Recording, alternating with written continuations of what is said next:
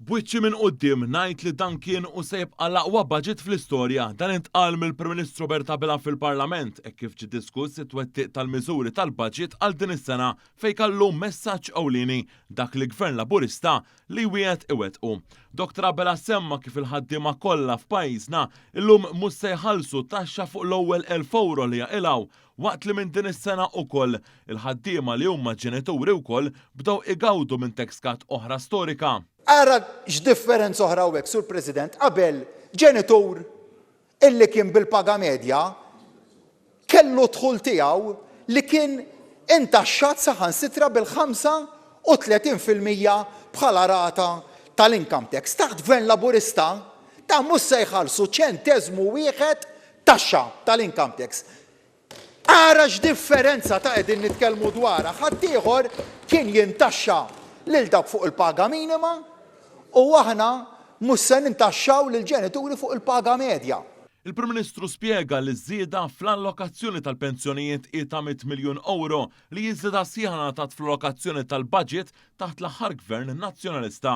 Innota li l-budget għal din is-sena għandu allokazzjoni rekord ta' 9.3 biljun euro u dan jeskludi it-tax cut storiċi li bdew jingħataw lil ħaddiema kollha fl-2025 u lil ġenituri li jaħdmu minn din is-sena. Ingħad li hekk iżżid it-tax cut ukoll l-investiment tal-Gvern f'dan il-budget u ta' 9.5 biljun euro. Il-Prim Ministru nnota li l-budget taħt Gvern Nazzjonalista kien 3 darbit inqas minn dak imħabbar għal din is-sena. Kull sena kellna aħna mill-2020 sal-lum kull sena sfida akbar minn dik ta' qabilha. Però nsaqsi, dak kollu li wedna fil-manifest wettaqnieh jew le? Mhux tal-li wettaqnieh, tal-li tajna ferm u ferm iżjed minn dak li konna ntrabatna li nagħtu. Ħadd joħorġi hawnhekk.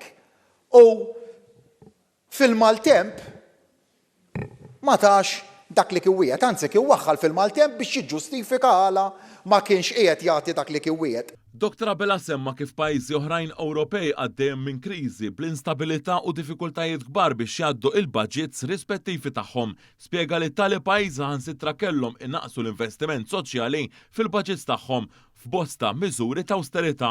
Bil-kontra ta' dawn il-pajjiżi, Malta għandha ekonomija b'saħħitha hekk kif id-dħul tal-pajjiż qed jiżdied waqt li d-dejn tal-pajjiż huwed sostenibbli. Dr. Abela qal kif id-deficit tal-Gvern se jinżel qabel iż-żmien taħt 3% kif mitlub mill-Unjoni Ewropea.